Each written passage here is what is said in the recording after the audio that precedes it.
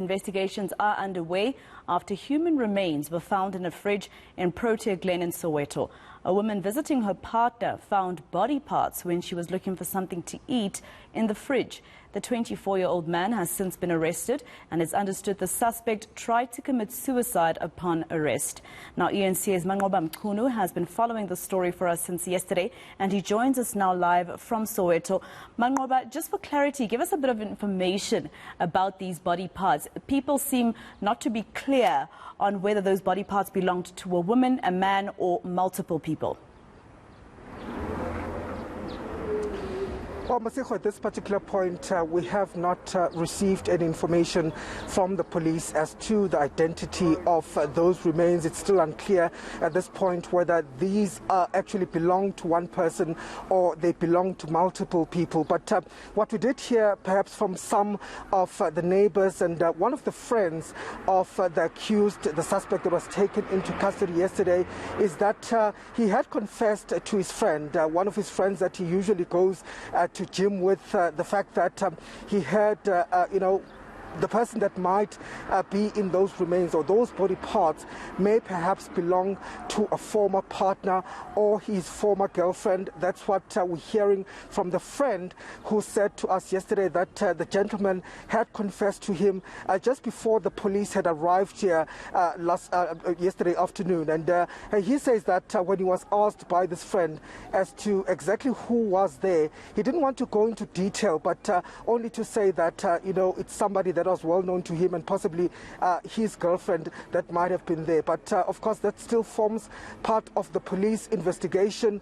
What we do know so far is that this suspect was arrested yesterday afternoon. The incident took place around about 1 o'clock in the afternoon when the girlfriend of this man, the suspect, had then went to the neighbors shouting and looking for help, claiming that there were body parts that she had seen in the fridge. You do understand that when she opened the fridge, at the time the boyfriend had left the house, he had gone to buy some food, and then she managed to open the fridge and open the deep freezer. That's where she then opened one of the plastics that was in the deep freezer and eventually saw a human hand inside that plastic. She then alerted those neighbors who then called the police. But prior to the police arriving, we do understand that the suspect had tried to commit suicide. He stabbed himself several times and also drank J's fluid.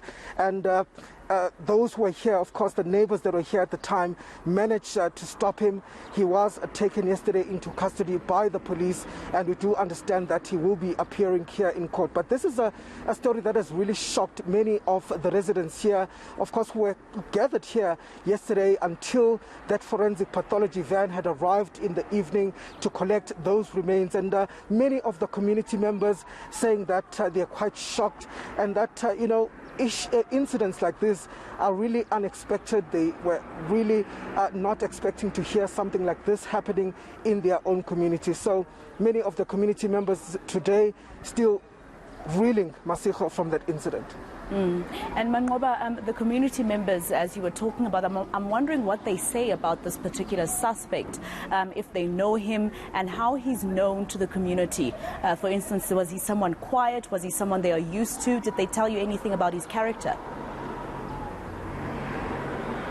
Indeed, Masiko, what we do understand is that this was a very quiet individual. Somebody was not really, out and about in the community. It's somebody who kept to himself, who always remained in his room.